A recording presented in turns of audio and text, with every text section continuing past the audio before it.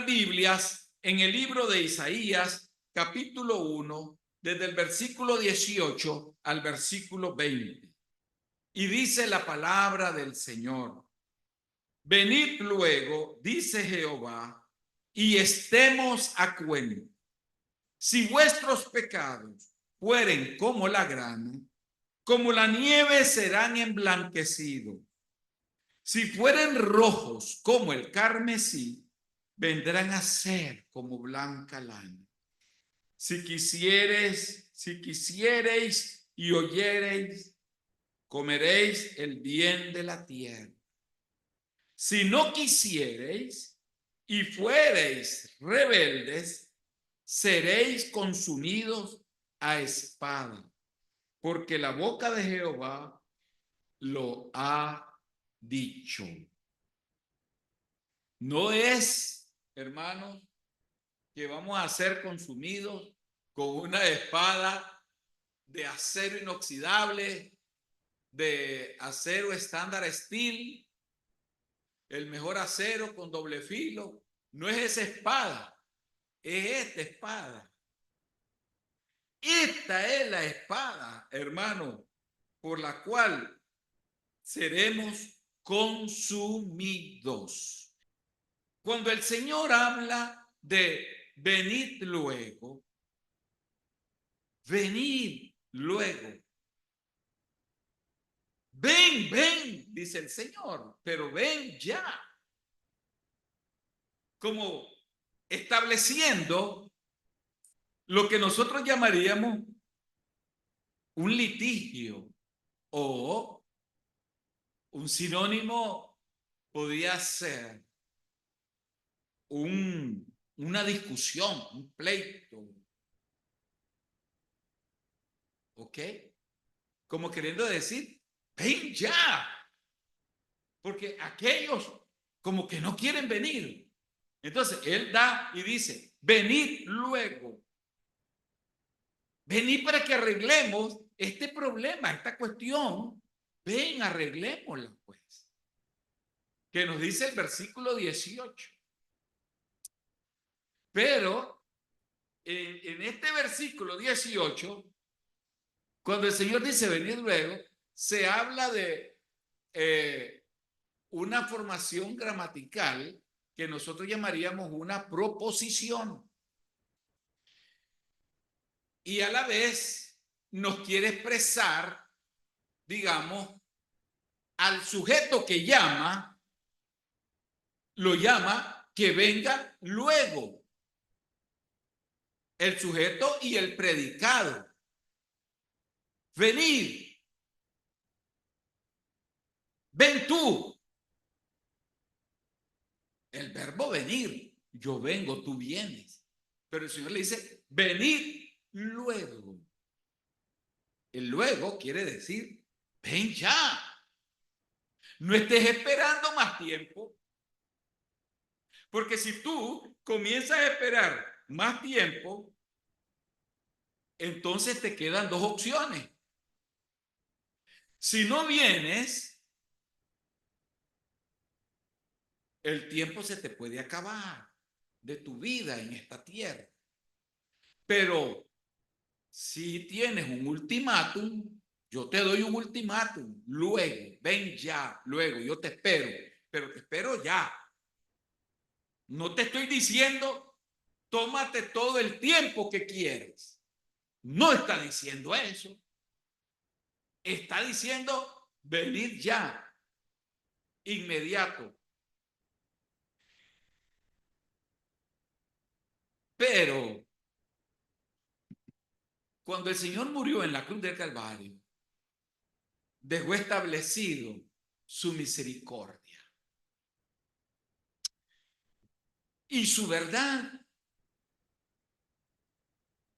Al dejar establecida su misericordia y su verdad, hermano, nos da una oportunidad en ese ultimátum. Qué amoroso nuestro Dios, que nos da tiempo.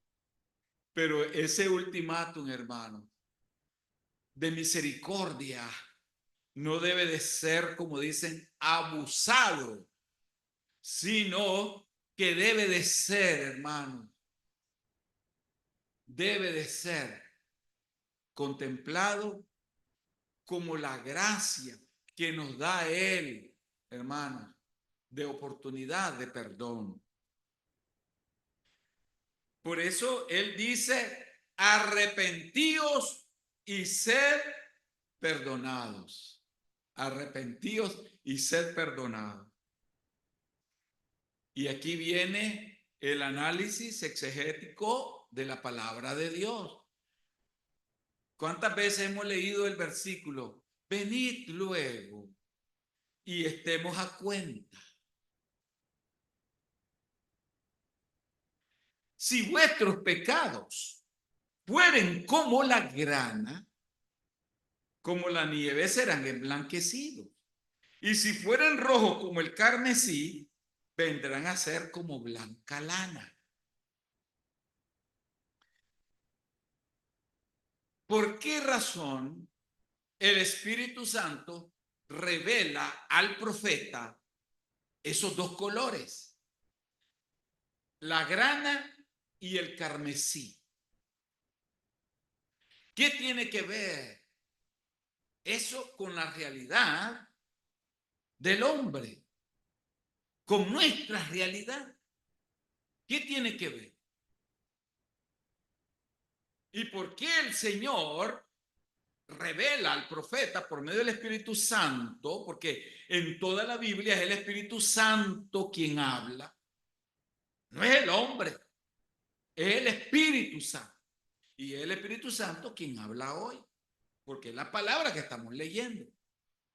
Y la estamos interpretando porque el Espíritu Santo, hermano, es amplio cuando nos quiere hablar. Estos colores, la grana y el carmesí, eran los colores que llevaban las túnicas de los príncipes de Israel de esa época. Y entonces Isaías les predicaba a esos príncipes también. ¿Y por qué menciona estos colores que usaban a cómo se vestían estos príncipes? Porque estos príncipes, hermanos, estaban llenos de corrupción y pecado, idolatría. Y él hace una comparación con las túnicas de estos hombres. Y ese ejemplo no solo lo vemos en Isaías, también este ejemplo nosotros lo vemos en Apocalipsis. Y aún lo vemos más atrás en el libro de Reyes. Lo vemos también con las túnicas que vestían los sacerdotes babilónicos.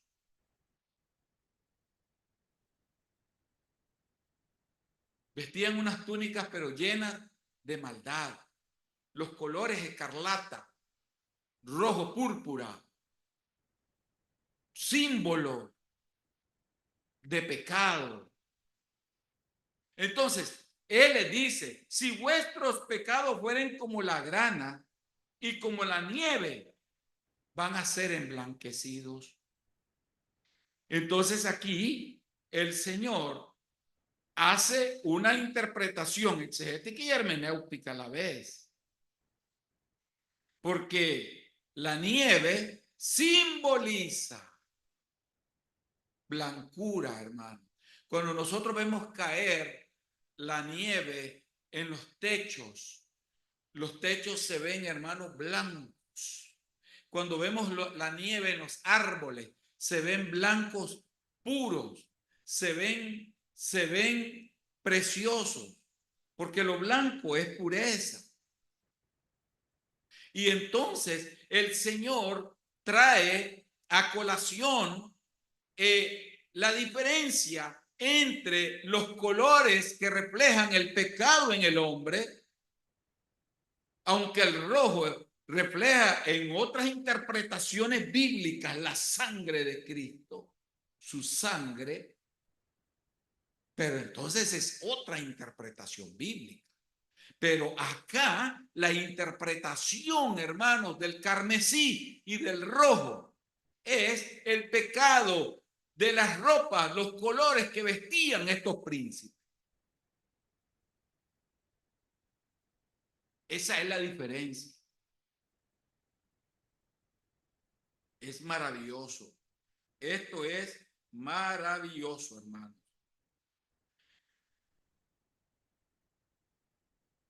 Y la interpretación de la exégesis, aquí cuál es, que aunque nuestros pecados sean muy grandes, aunque nuestras maldades, nuestras indiferencias sean muy grandes, Él las viene a cambiar en algo puro, blanco, por medio de su preciosa sangre. Su sangre preciosa, que no es roja como el carmesí, sino que es roja como la sangre del Cordero unigénito. Sangre única y pura, vertida con amor para nosotros. ¿Y cómo pueden ser esas manchas en nuestra vida? Profundas. Y que para nosotros son imborrables.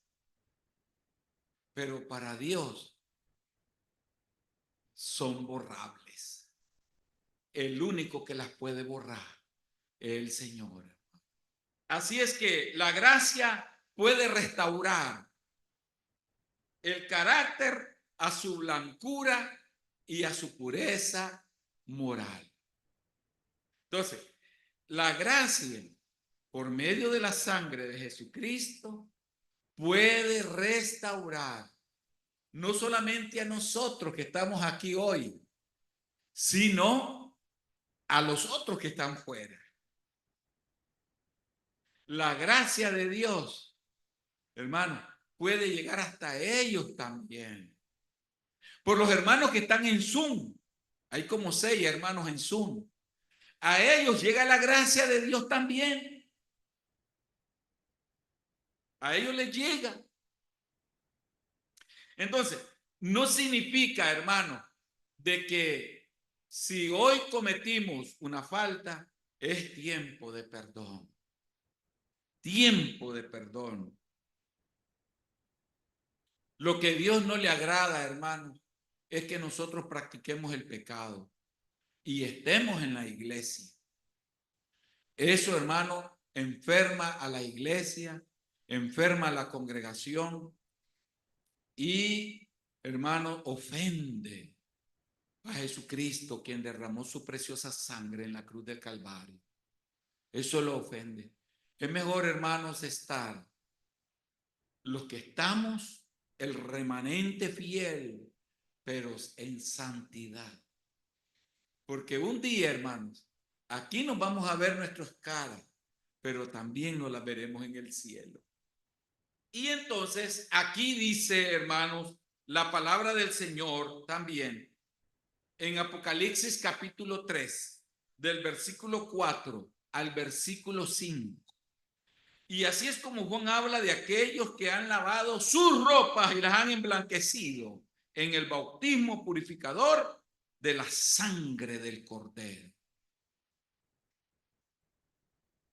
Pero tienes unas pocas personas en Sardis. Oiga lo que está diciendo, hermano. Pero tienes unas pocas personas. Está diciendo el Señor, pero tienes una muchedumbre en Sardis. No está diciendo eso.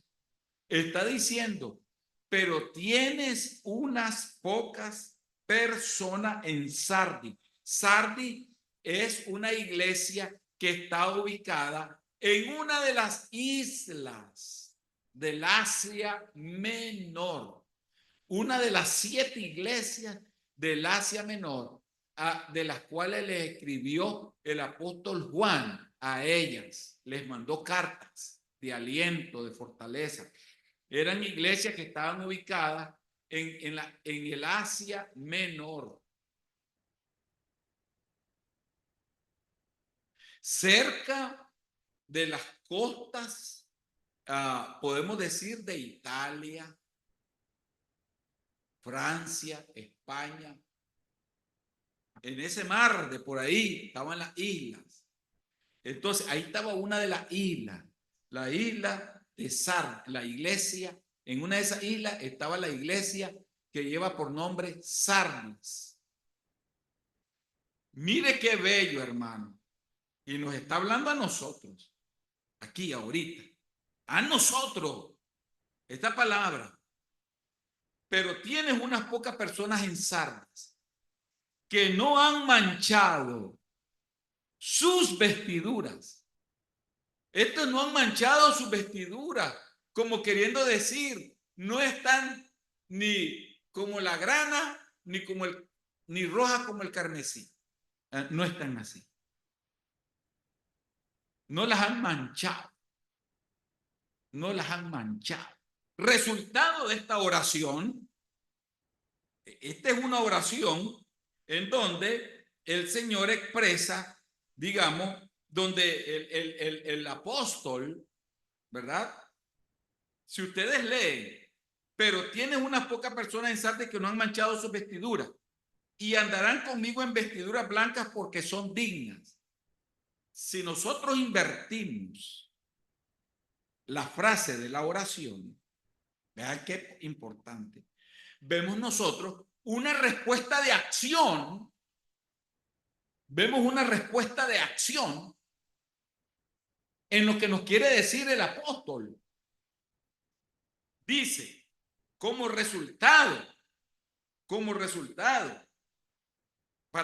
parafraseando, como resultado de que estos, la razón por la cual estos van a andar con vestiduras blancas conmigo, van a andar conmigo, como resultado de que van a andar conmigo con vestiduras blancas, y lo vamos a parafrasear a la realidad.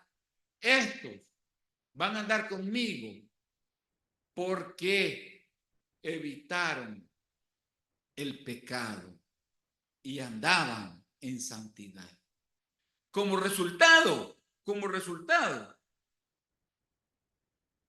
estos, ¿sabe por qué van a andar conmigo? Porque estos no mancharon sus ropas. Estos no andaban criticando, pecando, vociferando, calumniando, con raíces de amargura, con pleitos, con maledicencias, con rencores, con resentimientos, con vanas palabrerías, con indiferencias. Ninguno de estos que van a caminar conmigo, en pureza, en felicidad, con la frente en alta, con la frente muy en alta, porque no se mezclaron en esa basura, como dice Pablo, basura. No se mezclaron, sino que prefirieron mejor doblar sus rodillas y orar por nuestros hermanos, orar por el que le ofende, orar por el que le maltrata, orar por el que le daña, orar por todos aquellos que pecan, orar y orar y orar. A cambio de eso, dice él, que no hicieron esas cosas, van a caminar conmigo por la eternidad. Esos van a caminar conmigo. Hermanos, ¿cuántos quisiéramos caminar con Cristo un día y desde ya caminar con Él? Entonces, siguiendo las expresiones, ¿verdad? Acá que estamos leyendo, dice en el versículo 5, el que venciere será vestido de vestiduras blancas, punto y coma, y no borraré su nombre del libro de la vida. A esto nosotros le llamamos oración en serie. Y confesaré su nombre delante de mi Padre y delante de los ángeles. O sea, es una oración que va continua, pero son sucesos diferentes, ¿verdad? Entonces, como consecuencia, aquí hay algo importante cuando vemos este versículo que acabamos de leer, el 5. Aquí lo más importante es, y no borraré su nombre del libro de la vida. Eso es lo más importante, que no va a borrar mi nombre. Eso es lo que yo veo aquí, lo más importante. No va a borrar mi nombre y me va a confesar delante de su Padre y de los ángeles. Oh, wow. Si los ángeles quisieran estar aquí, viéndonos a nosotros. Pero Él nos va a confesar delante de su Padre y de los ángeles y no va a borrar nuestro nombre. ¿Por qué no lo va a hacer? ¿Por qué? ¿Como consecuencia de qué? Estamos leyendo el versículo de atrás para adelante para interpretarlo. A eso le llamamos exégesis. Entonces, ¿por qué? Porque hemos sido vencedores. ¿Pero vencedores de qué? Vencedores, hermanos, del mal. Vencedores de no dar ni ceder lugar al enemigo en nada y poner a Cristo adelante en nuestra vida, poner al Espíritu Santo como el guía y no nosotros guiar al Espíritu Santo. Él es el que nos va a guiar y no nosotros.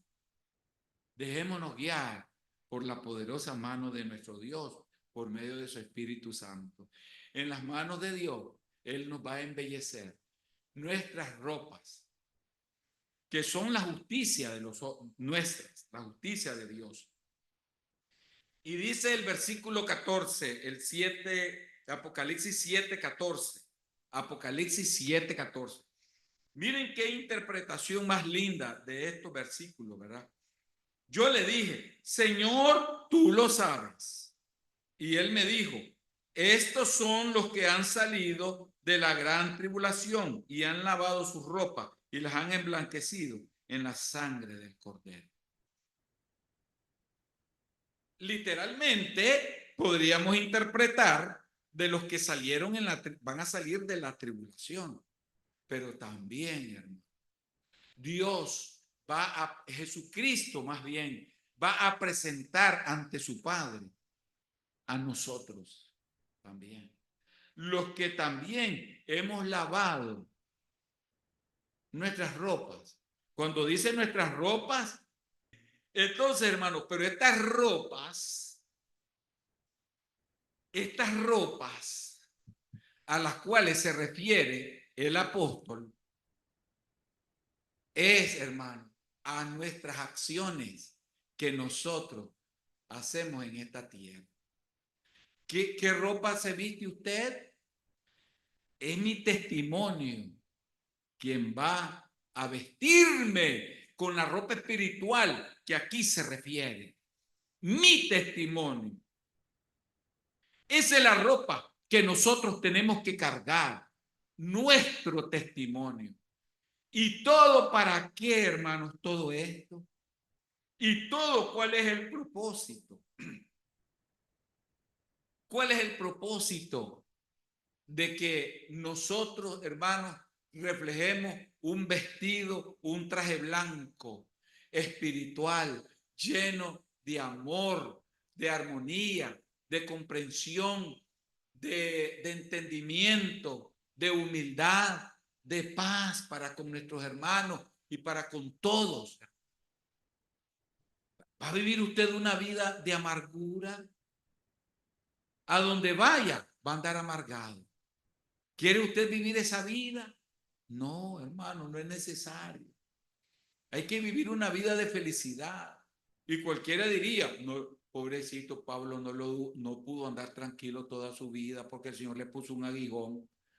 Y nada de eso. Señor, quítame este aguijón. Pablo, Pablo, bástate mi gracia.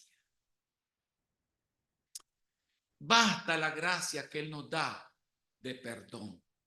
Eso que dice ahí. Dios nos concede una gran promesa de perdón. Esa es su gracia maravillosa. Dice el himno, su gracia es mayor si las pruebas aumentan. ¿Ustedes han escuchado aquel himno que dice sublime gracia? Sublime gracia de Señor. Un himno precioso. Su sublime gracia. Hoy nos contriñe, nos envuelve, nos llena, nos cobija para que nosotros podamos, hermanos, estar seguros de que con su promesa de perdón, nosotros, hermanos, somos más que vencedores y felices en medio del dolor. Y eso fue lo que le dijo a Pablo. En medio del dolor, Pablo, bástate mi gracia. En medio de tu sufrimiento, Pablo, bástate mi gracia. Los pecados rojos se convertirán en blancos como la nieve. Isaías 4:6 dice, oh gente pecadora, pueblo cargado de maldad, generación de malignos, hijos depravados, dejaron a Jehová, provocaron a ir al Santo de Israel, se volvieron atrás. ¿Por qué queréis ser castigados aún? ¿Todavía os rebelaréis? Toda cabeza está enferma y todo corazón doliente. Desde la planta del pie hasta la cabeza, no hay en él cosa sana, sino herida, hinchazón y podrida llaga. No están curadas ni vendadas, ni suavizadas con aceite. Y aquí nosotros vemos algo muy importante. En el versículo, volviendo atrás, en el versículo 19 de Isaías, en el versículo 19 de Isaías, nosotros vemos, dice, del capítulo 1, si quisiereis y oyereis, comeréis el bien de la tierra. Hermanos, ¿el Señor acaso nos está llamando a nosotros nos está obligando? Si quisiereis, dice, si quisiereis y oyereis, comeréis del bien de la tierra. Oh, hermano, hoy nos ofrece el Señor su palabra, que es su alimento. Si quisierais comer de la palabra, de mi palabra, de esta palabra santa, entonces vas a tener una eternidad para siempre, donde vas a vivir bien, donde vas a comer los mejores manjares y donde vas a disfrutar del bien de ese árbol que produce 12 frutos para el bien de las naciones. Es evidencia de que Dios ha honrado, hermano, el alma del hombre, dándole parte de su propia salvación. Él no puede perdonar a quien no se arrepiente. Es propio del hombre su salvación. Si usted se arrepiente, si nos arrepentimos, vamos a recibir salvación. Eso significa que mi persona, mi interior hombre, está ligado con la salvación. Por lo tanto, hermanos, no digamos, Señor, tú eres. No, tú eres. No, Señor, tú eres el que me vas a salvar. Tú eres parte de esa decisión. Este es el gran problema, hermanos, de toda la humanidad, que creen porque ven a Cristo crucificado en la cruz, ya estoy salvo. Tengo que proceder al arrepentimiento. Por lo tanto, hermanos, Dios evidencia al honrar el alma del hombre, dándole parte de la salvación, de su propia salvación. Y eso tenemos que meditarlo, hermanos. Tenemos que meditarlo. Cuando hablamos del alma, recuerden, no hablamos del suché, que es el ser almático, el yo, sino que hablamos del nechama, que es el espíritu. Dios es evidencia de que Dios ha honrado el alma, o sea, el espíritu del hombre, dándole una parte en su propia salvación. El hombre decide, yo decido. Por lo tanto, el Señor no puede perdonar a quien no se arrepiente. Si tú no te arrepientes, yo no te perdono. ¿Quieres vivir con ese rencor? ¿Quieres vivir con eso que andas en tu cabeza? ¿Quieres vivir con esa vida pecaminosa oculta? ¿Quieres vivir con esos pecados continuos? Ese es tu problema. Así nos trata el Señor. Es tu problema. Pero yo te he dado ese libre albedrío para que tomes una decisión. Toma la decisión. Pero, dice él, pero en caso de un verdadero arrepentimiento, entonces yo te lo acompaño con una bendición de perdón. Eso es todo, hermanos. Eso es todo.